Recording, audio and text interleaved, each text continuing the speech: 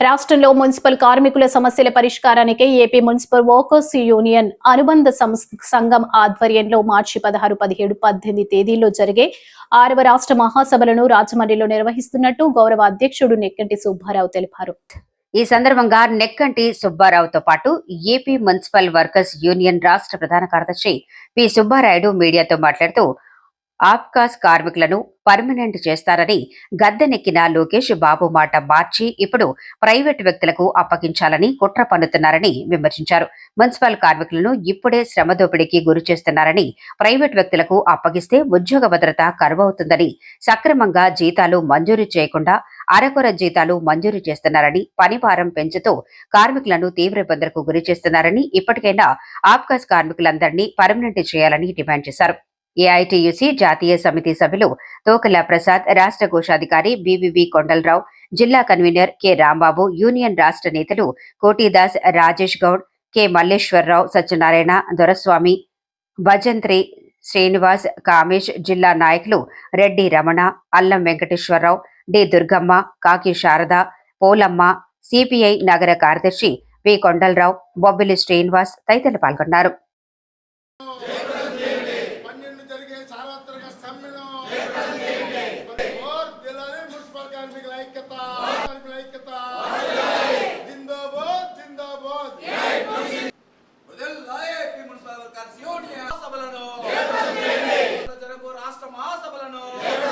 అందరికీ కూడా AP municipal workers union తరఫున నమస్కారాలు తెలియజేస్తా ఉన్నాం. ఈరోజు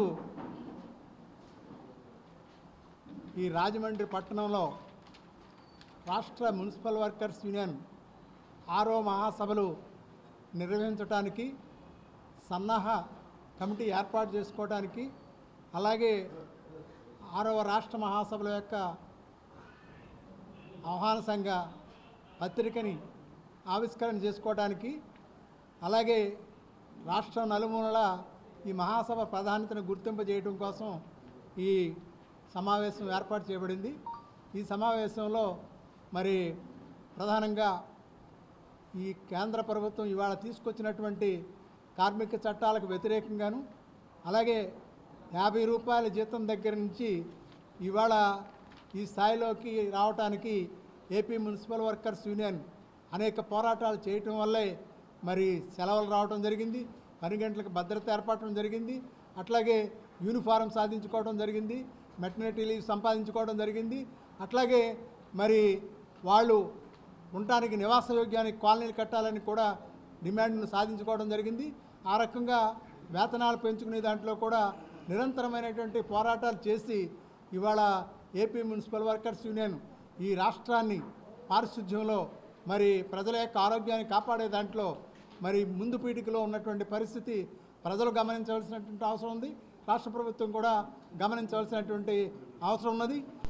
పూర్వామల Subbarayudu, AP municipal workers union రాష్ట్ర ప్రధాన కార్యదర్శి ఏఐటీయూసీ. ఈ మార్చి 16, 17, 18 తారీఖులలో ఏపీ మున్సిపల్ వర్కర్స్ యూనియన్ రాష్ట్ర 6వ మహాసభలు రాజమండ్రి నగరంలో జరగనున్నాయి. ఈ మహాసభలు అత్యంత కీలకమైనటువంటివి.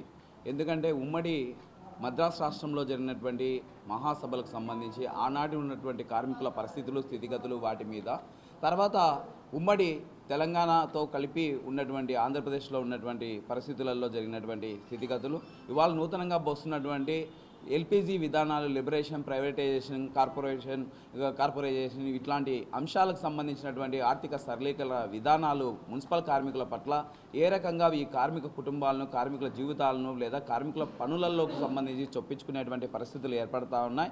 వర్క్ ఆఫ్ కాంట్రాక్ట్ పేరుతో తీసుకొస్తున్నటువంటి మార్పులు, వీటన్నిటిపైన సుదీర్ఘంగా చర్చించుకోవడానికి దాదాపు 20,000 మంది మున్సిపల్ కార్మికులతో రాజమండ్రి నగరంలో భారీగా బహిరంగ సభను జరపనున్నాం 16వ తారీఖు.